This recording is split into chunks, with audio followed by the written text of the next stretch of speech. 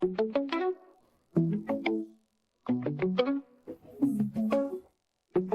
Convos, come on in, have a seat, stay a while, take a load of vibe into the beat. We can just chill, have a drink, say what's on our mind. Never know what you're thinking, hey, it could be neat. Fear is everywhere, in your mind, on the street, in the earth, in the stars. Scary things you left for free. What you gotta say about it? Having fun, you and me. If you got nowhere to go, no place to be, just relax, have a chat, but don't think it's therapy. If you get too afraid, there's a door you can leave. Good night and be well, maybe talk again.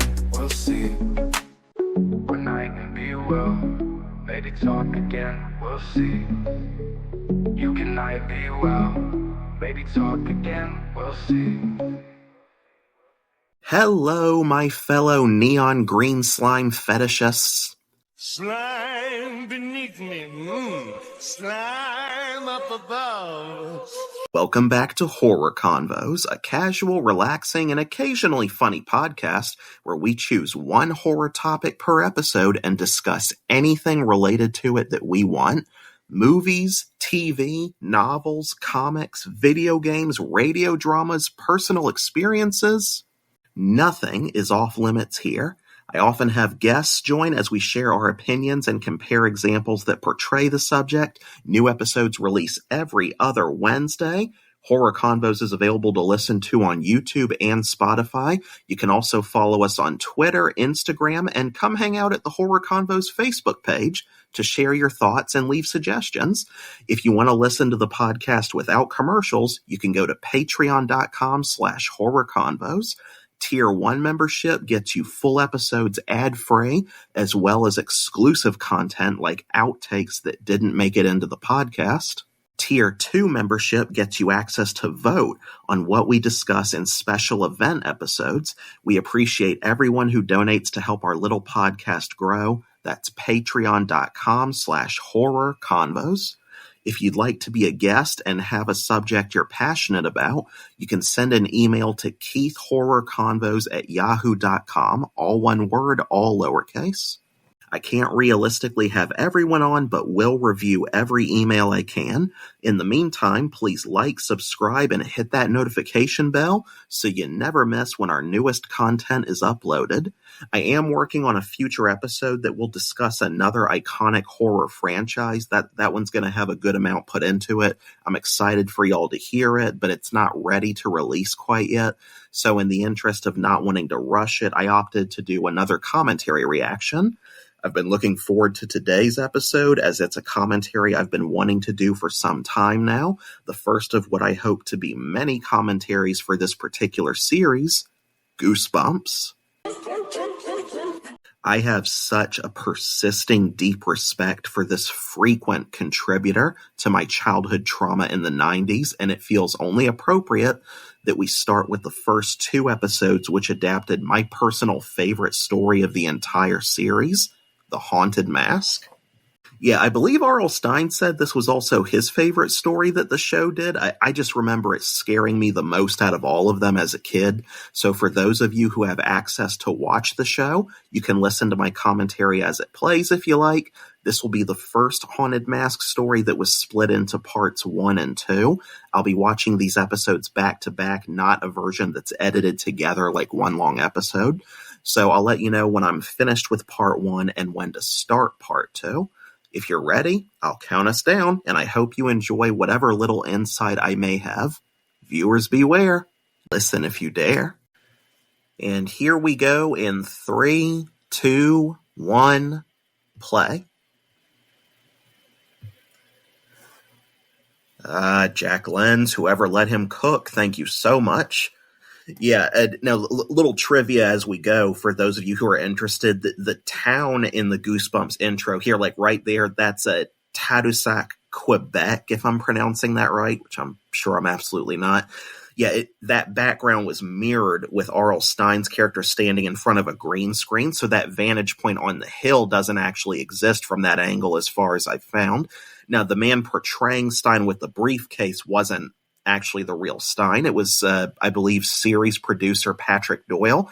And the dog porch and the door opening that you just saw here, that I heard that they filmed at his house in Mississauga. Yeah. To catch some footage of the episode we're reviewing today. Yeah, just God, I watched this intro so many times on Fox Kids, but if I remember right, this episode, The Haunted Mask, was actually filmed on Fox before the rest of the series went to Fox Kids. Ugh. Oh my God. Dude giving an anthology style intro here like he's Rod Serling. Yeah, I always like his I always enjoyed his laid back, monotone, kind of fatherly demeanor that he gives off here. It kind of eases you in, and it also kind of juxtaposes the scare factor of the books and the show by making you think, this guy came up with all that creepy stuff. If he seems so normal, he sounds so down to earth. But yeah, if I remember right, Stine said that he was inspired to write The Haunted Mask after his son Matthew Stine struggled for a little bit to remove a Frankenstein mask one Halloween when he was young. Oh my God, this store just popped up out of the ground. Yeah, this whole building. Yeah, we never saw this before today.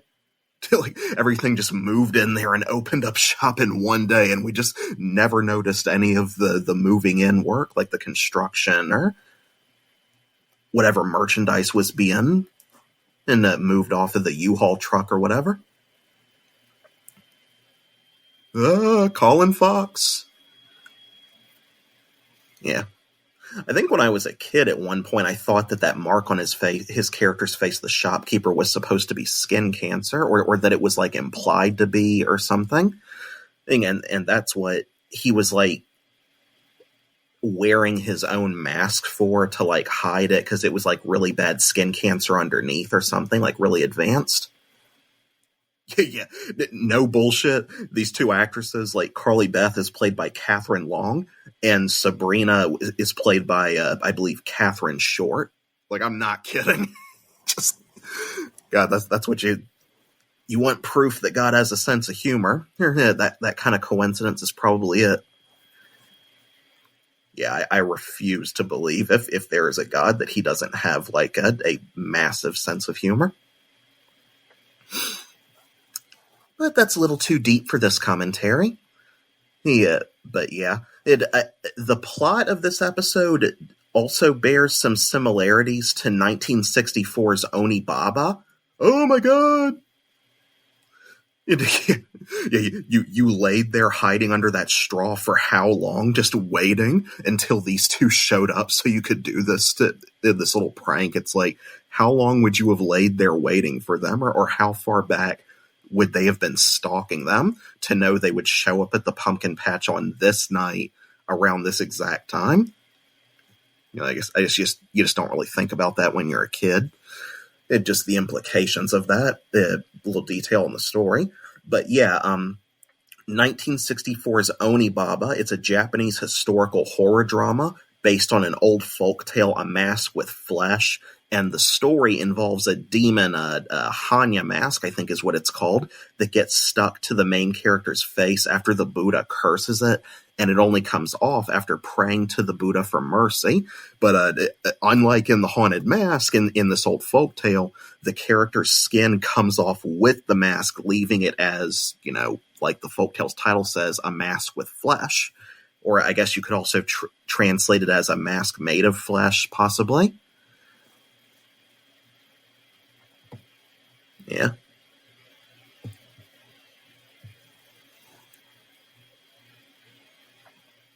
Oh, I jump at my shadow one time and everybody just can't let it go.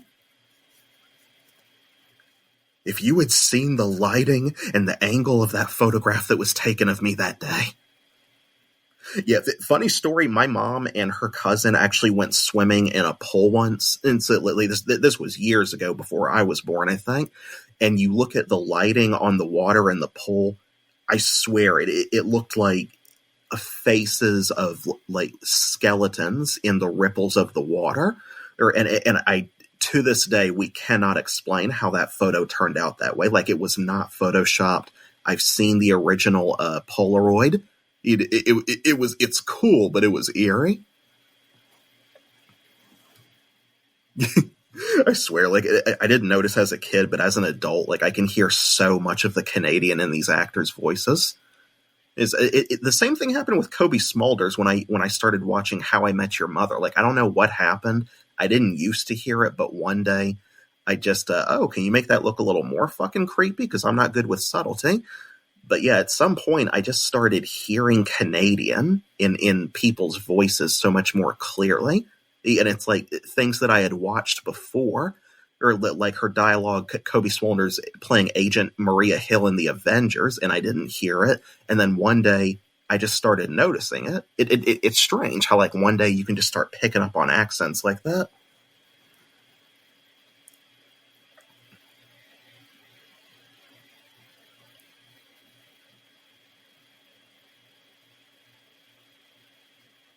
Oh my god, I know it's plaster of Paris, but can you be a little less offensive, please? Like, it's so disrespectful to the French. God, I remember that mannequin head creeped me out so much as a kid, just that uncanny valley shit. It's like every time I watch this episode, it wasn't even the stuff with the masks that scared me the most. It was the stuff with this Carly Beth head and the creepy ass digital effects that we'll get to later toward the part 2. Yeah, now R.L. Stine has insisted that he had no influence from The Ugly Duckling, despite the similar moral of, learning to love oneself and the detail of Carly Beth having a duck costume that she destroys. He said, it's like a lot of people have insisted there's some connection between the two, maybe even unconsciously, but Stine just, he always denied it, so I'm not sure what the truth is there.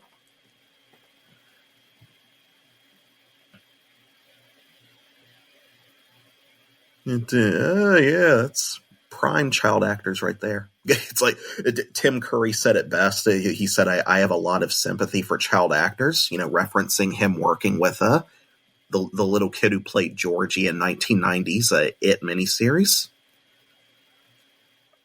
Oh, God, this scene.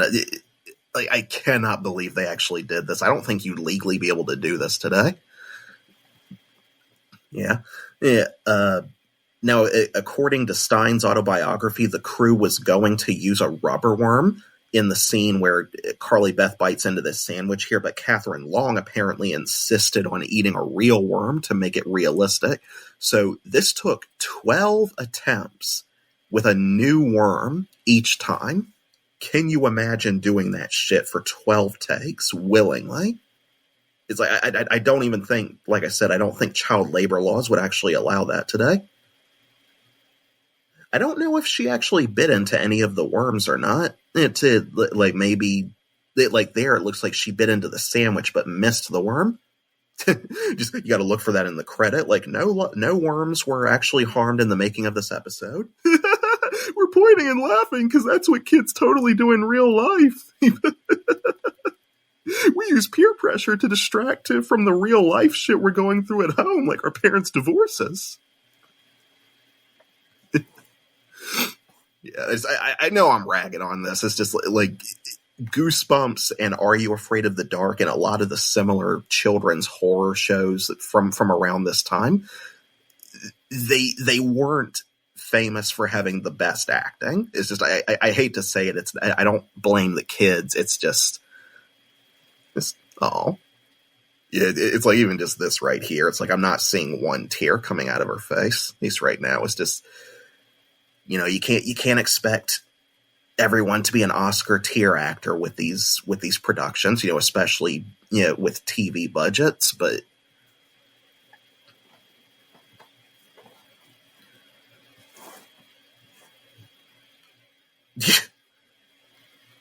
God, $30 for a decent Halloween mask. God, what a time that must have been. Fucking inflation. Yeah, there was a Halloween shop so similar to this when I was growing up. My mom took me to this like little it was stuck between two buildings. It wasn't as big as this building, so you'd hardly notice it. It was actually upstairs from a dance studio. But I remember Mom taking me up there, and I would go upstairs and see all these incredible Halloween masks, like not just mass-produced ones, like homemade original style ones, the kind they don't produce anymore. And it was just so sick. Like, I was kind of scared, but it was also just fascinating to look at the handcrafted, just the artistry of it. Like, you don't get that with, a lot of Halloween masks sold publicly anymore. You got to go to like private collectors or order specific ones online nowadays, which sucks because it'll cost you a small fortune. But now the book describes the masks of the Haunted Mask book describes the masks of Freddy Krueger, E.T., Uncle Fester, and Frankenstein on the shelves here. But the show just didn't include them, I guess, to avoid licensing complications. And so, yeah, this is all Goosebumps trivia I'm going off of from like IMDb and the wiki and various sources. So it's like, if I get anything wrong, please feel free to correct me in the comments. But the haunted masks, I believe the supernatural ones, we're not seeing those yet, from the back of the store actually, it might be the ones in front out here too. They were all designed by Ron Stefanovic, however you say that, and the production crew supposedly based the supernatural ones off of the Bible's 7 deadly sins. Don't ask me which mask represents which sin. I have no idea. I don't think there were 7 supernatural masks in this episode, though. I only remember 6. Ooh, I think that mask right there is supposed to be based off of... I read that one of the masks was based off R.L. Stine's face. I don't know if it was that one or one of the supernatural masks.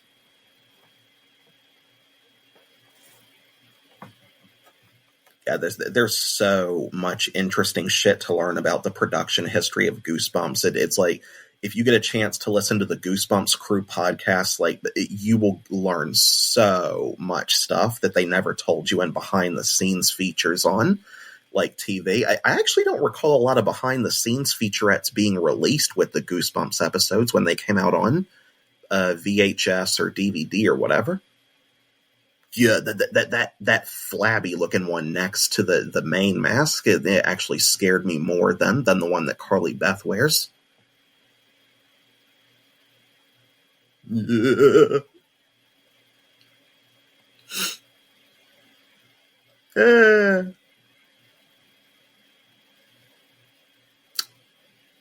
Well, I'm a teenage girl and he's a creepy looking old man. What could possibly go wrong?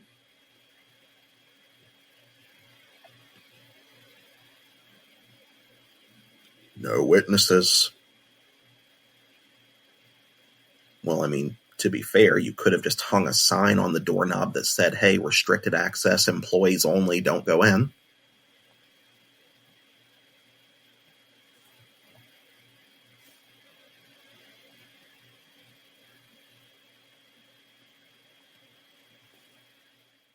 See, of all the justifications you could come up with for why you're not selling the mask, you couldn't have come up with something just a bit more believable than that.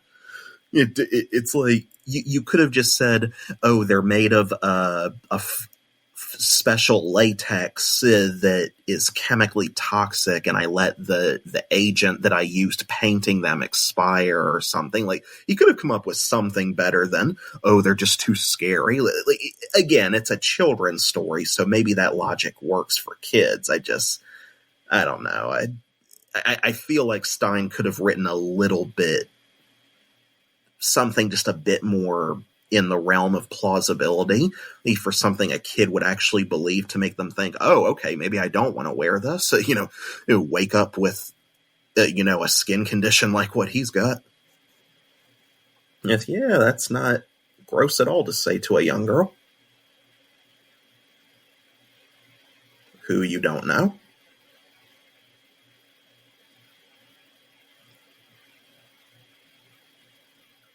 Seriously, it's like, could have avoided this whole issue if you just said I'm keeping these masks back here because they are literally a health hazard. Or for that matter, why does he even have them sitting out in the first place if he doesn't want anybody to see them? It's like Darth Vader's no from Revenge of the Sith. Ooh, you're lucky I can't cross the boundary of my shop to just run out there and grab you. Yeah, you're lucky the other parents would get the wrong idea if they saw me chasing after you. I know that joke's low-hanging fruit, but be honest, as an adult rewatching this, how many of us would not be able to think of that? Just, if you look outside the context of the story, it's just, admittedly, it's not Colin Fox's fault, obviously, but it's just the shopkeeper's kind of framed in a bit of a gross light here. And yes, I would say the same thing if Carly Beth was a little boy. It's not sexist, it's just, the pedos ruin everything for society. Now that mixed voice there, I think it's multiple, like 2 or 3 voices edited together. From what I was able to find, and because they don't list all of this in the episode's credits, but I think Scott Wickware is the male voice actor for the Haunted Mask. He also plays the masked mutant in Attack of the Mutant and a hard hat worker in the Welcome to Deadhouse episode. I've also read somewhere that Michael G. Brown was credited for the role of the mask, along with an unknown female voice actress who was also a body double for Carly Beth, for Catherine Long, I mean, since child labor laws only allowed her to be on set for a few hours per day. So a lot of the scenes where she's wearing the mask and like running around scaring people, I think it switches between Catherine Long playing Carly Beth when the mask is off, and then it switches to the body double when the mask is on. I don't know exactly which scenes are who, but I would wager a guess that, the majority of the scenes where her character's wearing the mask and you don't see her take it off, that's probably the female body double actress. I think the actress was in like her early 20s at the time, but she was like of similar size to Catherine Long. Yeah, now there are 2 masks I know of that were used as props for this episode. So this one right here, where her eyes are blended in, I think that's a foam latex mask, and that one is still around. You can hear about this on one of the videos that I'll link in the description if you're watching this on YouTube.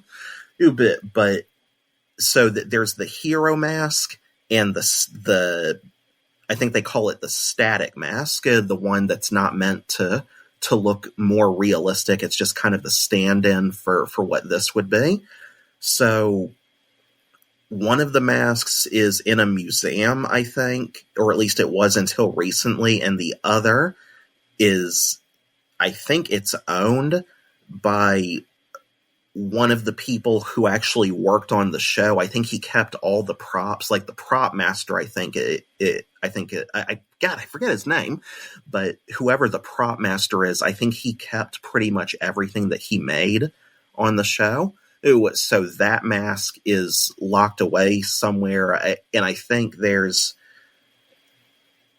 they make efforts to keep both of these masks preserved. Yeah, see right here, I think this is the body double for Catherine Long. But as far as I know, both the masks are still around. They're both being preserved. They haven't been completely restored because they didn't want to make them look too new. They want to preserve the age of them. So the mask that's meant to be like stuck onto Carly Beth's skin, this more realistic looking one, blended into her eyes, that one has lost some of the paint and skin that was on it, so you're seeing the foam underneath. But last I checked, I don't know how restored it's been. God, this was me when I played the Headless Horseman one Halloween back when I was living in North Carolina. Yeah, my mom went all out to get my costume just right, put like a headless padding over top of my head. Like, my head was inside the torso and the shoulders were on top of me. So I kind of had to, balance it a little bit, but it looked so good. Like, in the dark, you could not see my face hardly at all. And I remember, like, I was hamming it up so much, just trying to scare everyone as much as I could, that one of the kids I was trick-or-treating with, one of my friends at the time, even she was like, take it down a notch. And she was just probably afraid I was going to get us in trouble. But I completely relate to how easy it is to just get so lost in character when you've got a really sick Halloween costume going. Yeah. Even when you're not trick-or-treating, like, it's easy to get so intoxicated with it. Yeah. Literally and figuratively. Again, depending on what that mask is made of. Just breathing in those fumes. Yeah, I haven't seen any post-production pictures of what happened to the Carly Beth head. I assume it's probably still part of the Prop Masters collection, probably in a warehouse somewhere. Yes, Sabrina, Carly Beth is Leatherface.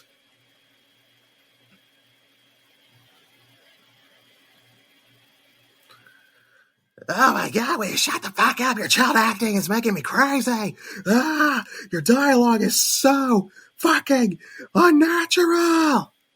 Alright, so that's the end of part 1.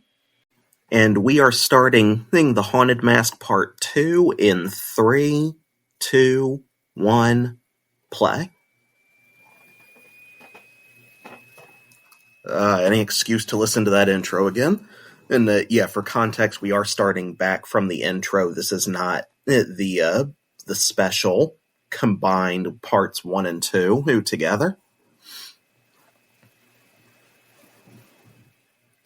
With makeup, without makeup. Yeah, probably how a magazine would portray that.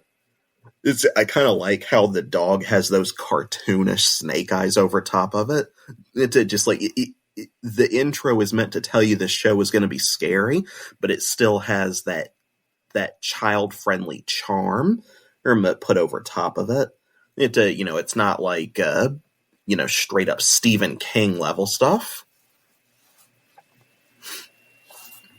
This and the Nickelodeon slime were the most iconic examples of Ghostbusters as well. Yes, the Ecto Cooler.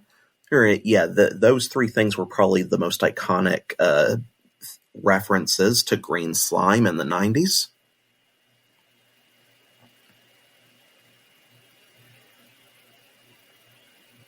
He thrust his fists against the post and still insists he sees the ghost. That was one of the best things that Stephen King put into it, by the way, just writing how Bill dealt with his stutter by repeating that phrase over and over and just like exercising his vocals and just learning to steady his what would you call it? His inflections. And said, I really thought that added to his character.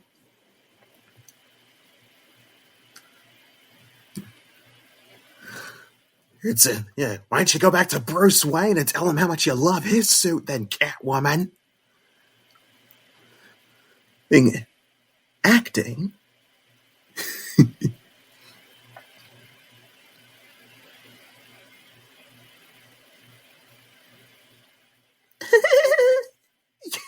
Sorry, no shade to Catherine Long. I swear, I just some of the acting here. I did. I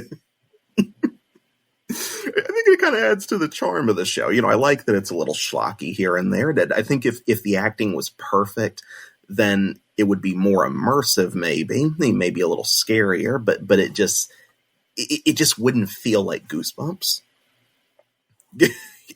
Again, this was me as the Headless Horse. I mean, not quite this extreme, but I was very much just going on a rampage, like scaring everyone I could come across. But it was less about wanting to scare them and more about just wanting them to be impressed by my costume.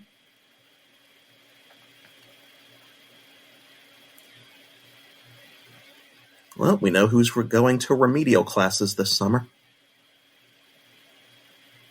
There's no such thing as too scary on Halloween.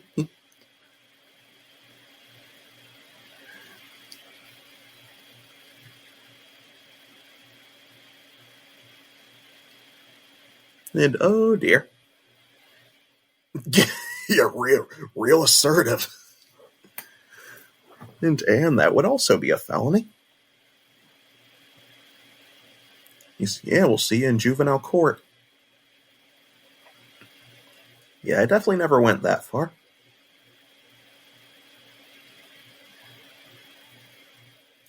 In what world is that an old bag? I mean, compared to someone your age, that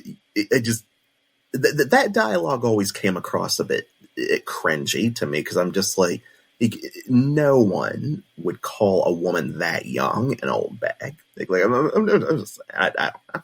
nitpicking. Yeah, you go, Julie Bowen. I swear Carly Beth walked so that Claire Dunphy could run.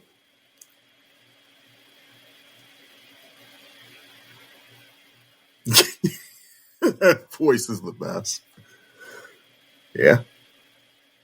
I still don't know the name of this of Catherine Long's body double in the Haunted Mask, but whoever it was, like, hats off to you, man.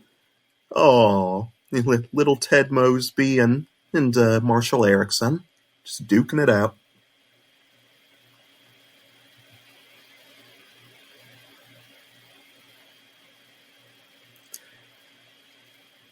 I don't know. Maybe we should, go home and actually eat the candy.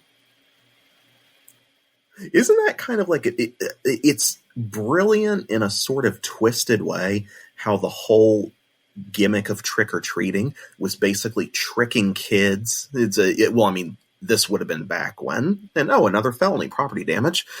But this would have been back when, before, kids got so sedentary and glued to their screens like they are today. Kids went outside and did stuff a lot more back in the 80s and 90s. But for the kids who didn't go out that much, just Halloween was sort of like this twistedly genius system to trick kids into going out, going around, walking a little, getting some exercise, and in exchange they would get sweets. I tell you, parents who drive their kids trick-or-treating everywhere, no, not historically accurate. Black Flag does not approve. Yeah, you are definitely not making those openings into Ubisoft. God, why would you? Why would you want to?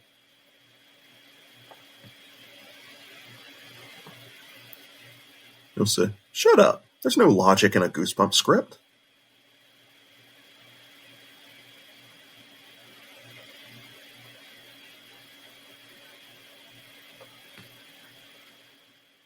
He just conveniently doesn't look back until after he's got the mask on.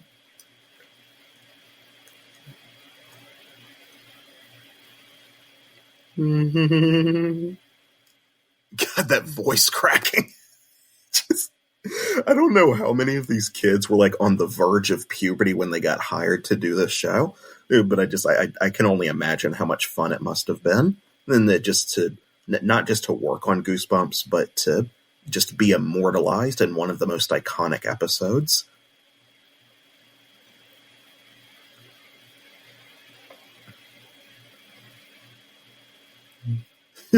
It's not my fault. I bit into a piece of candy and now I'm just feeling funny. Yeah, that was a real thing. Like, you would be amazed how many horror stories there are in real life of children biting into candy that had everything from razors to drugs to all kinds of messed up shit in it. Just, you would have to be committed to sneak something into a piece of candy and then rewrap it and just make it look so convincing like it hadn't been opened that, like not even parents would know.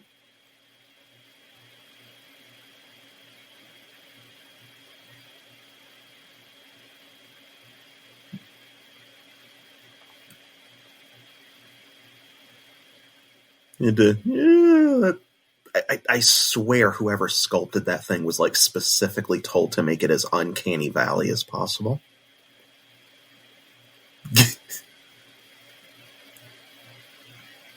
Yes. You sure? You heard that Canadian there.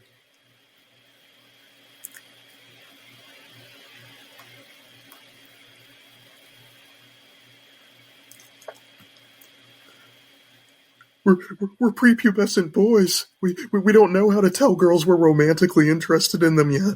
It's a whole developmental obstacle. They just drop into their knees because they're just going. Their spines are just going to jelly. Oh God, this part right here was such nightmare fuel when I was a kid. Like this and one other part of the episode coming up. Yeah, so much childhood trauma coming back to me right now. Oh, the candy with the LSD's kicking in.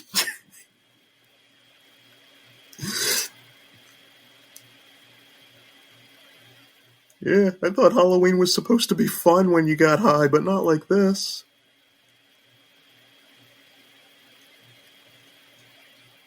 God, I don't know if this was a real cemetery they filmed in or not.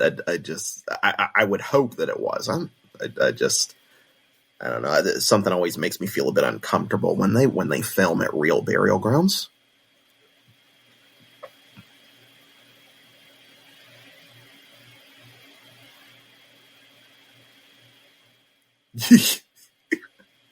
Let the dirt just shower over you. Anytime I see a scene of someone being buried now, I go right back to Will Ferrell and John C. Reilly and Step Brothers. God, just that movie. I don't consider it Will Ferrell or John C. Reilly's best movie, but damn if it wasn't memorable. Voice actors just having a ball, man. Having a gay old time. God, I remember when I could do cartwheels like it was nothing. I remember when I could do side flips. Yeah, I knew another kid at school who could do that. Just like 4 or 5 of them in a row. You turn 30, and unless you stay in like really athletic shape, your body just starts. You start getting winded more easily. Just don't have the energy you used to. God, I love how the mask, they blended the makeup in with her eyes like that. I don't know if it's makeup or if they cut the eye holes exactly to match Catherine Long's eyelids. I think it's a bit of both. But yeah, yeah, and I'm sure they'll be in plenty of therapy. I just like how she's like struggling with her answers here. You're like, oops, snap back to reality. Yeah, she's just been you've lost in euphoria this until now. See, notice how you can tell she's gone back to normal Carly Beth mode because she didn't scare that group of kids that ran by. I mean, so it's like there's two. It's like the mask takes over her personality at points, and she's got like a Jekyll and Hyde dynamic going on, sort of.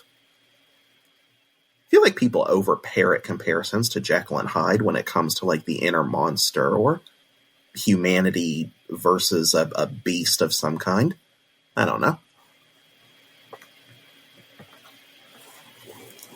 Yeah, they sold this so well.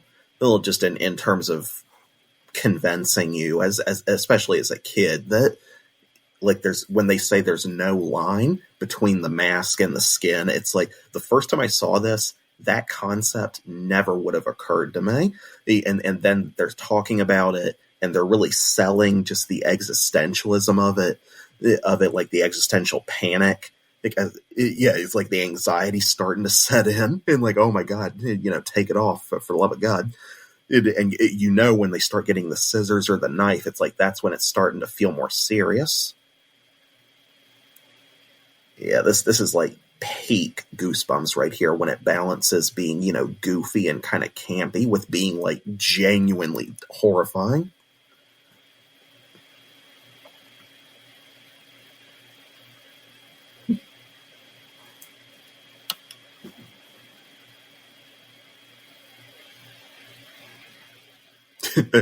Yeah, no, we're not.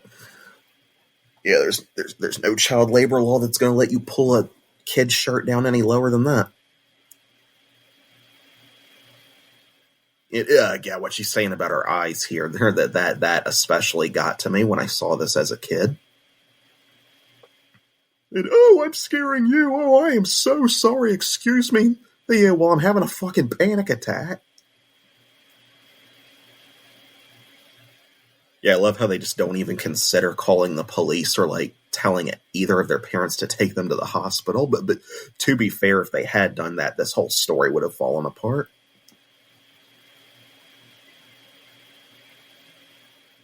Oh, poor kid.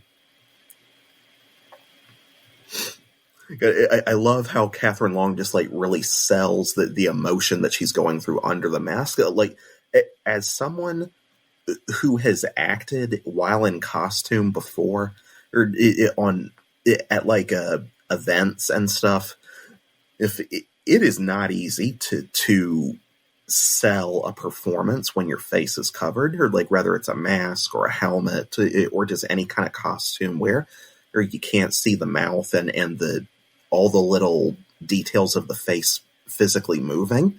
It's just a lot of people take for granted just how much goes into vocal performance, including voiceovers.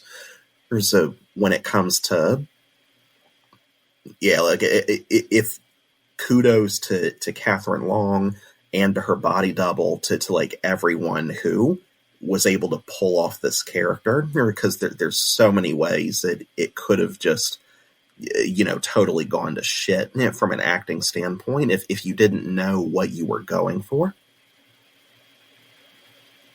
Beauty is in the eye of the beholder, man.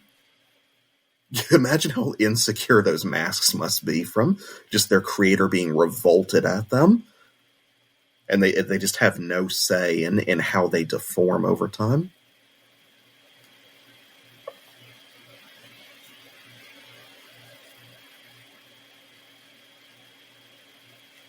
Ugh. That one's almost scarier than the main mask, like the actual haunted mask that Carly Beth wears. Yeah, I don't know what it is. I just never found this mask to be the one she's wearing to be the scariest out of all of them. You are seriously underestimating horror collectors. There are people who would kill to have those masks.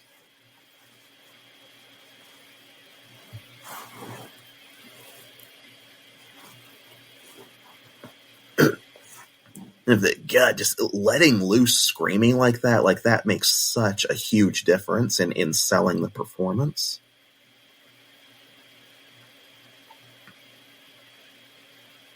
Yeah, just turn her around like she doesn't already know what she looks like in the mirror.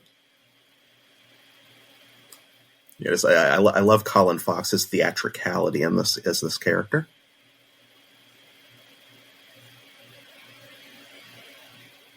Quit jerking me around already.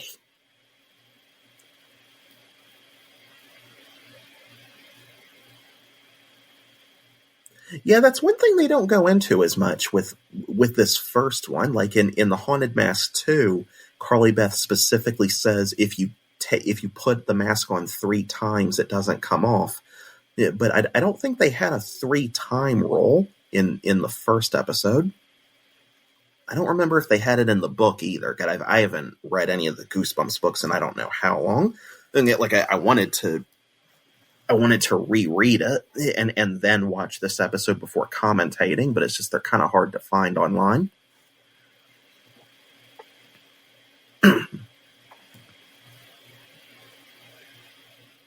Yeah, and in the book, I from what I remember, it's like Carly Beth, she like screams, she's pounding on the shopkeeper's chest. She's going manic. I guess you wouldn't be able to get away with that with a kid actress on TV. But that's what woke the other masks up. But in the book, they have so much more motion described to them, just licking their lips, moving their eyes, bobbing and breathing heavily. Breathing heavily, well, as they levitate into the air. Obviously, you're not going to be able to do all of that with TV CG, especially in the mid '90s. Oh my god. No. Mid-90s TV budget CGI, get it away from me. I don't want to get it. Fuck off with that. I don't want it. Oh my god, so many nightmares. You have no idea how many nights I lost sleep over this. Like me and friends I had, we were freaked out at this episode because of this one scene. It's like that they sell the suspense so well of them just like gradually catching up to her, or almost like they're walking on invisible tight ropes, and they're just trying to keep their balance while they're levitating. It's like the Necronomicon, just join us. It's just hate this, hate everything about it. Oh my god. Yeah, the book described them as like a chorus of frogs. It just calling after her, and there were supposed to be a lot more of them too. Like in the book, I think there's at least 20 of them. But I actually think the episode works a little better because they cut down the number. Or if they made it like an army of them, I think that would have taken away from how memorable each of the faces were. Screw the mannequin head, run home and just lock yourself in and call the police. What are they going to do? Break through the windows? They're masks. No, it's just... It works for purposes of the story, but I'm just like, you kind of have to, oh god, they get up closer, and it's just that they're like dancing around there. It's like the SpongeBob just hovering around ugly Squidward, like, Squidward. Normal female beauty, femininity, we can't handle it.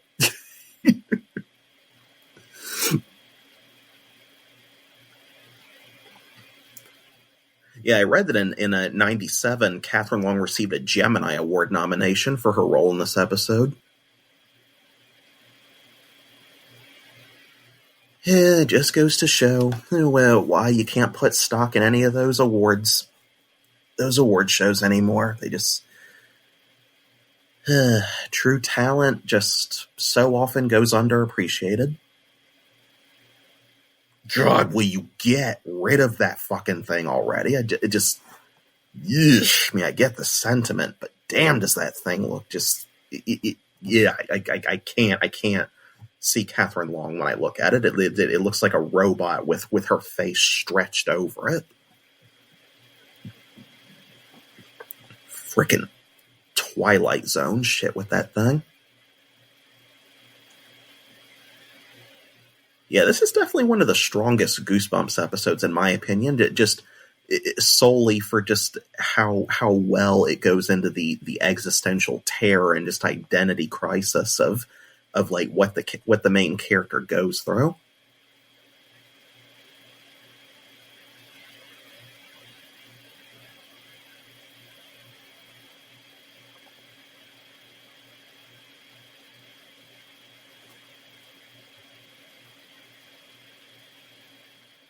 Yeah, I can definitely understand him not getting a Gemini nomination.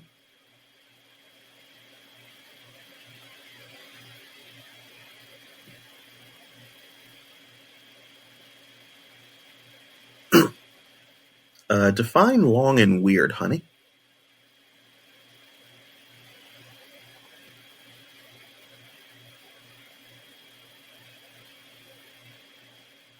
Again, very odd choice of words. Yeah, like a parent would definitely have follow-up questions if their daughter said something like that. Just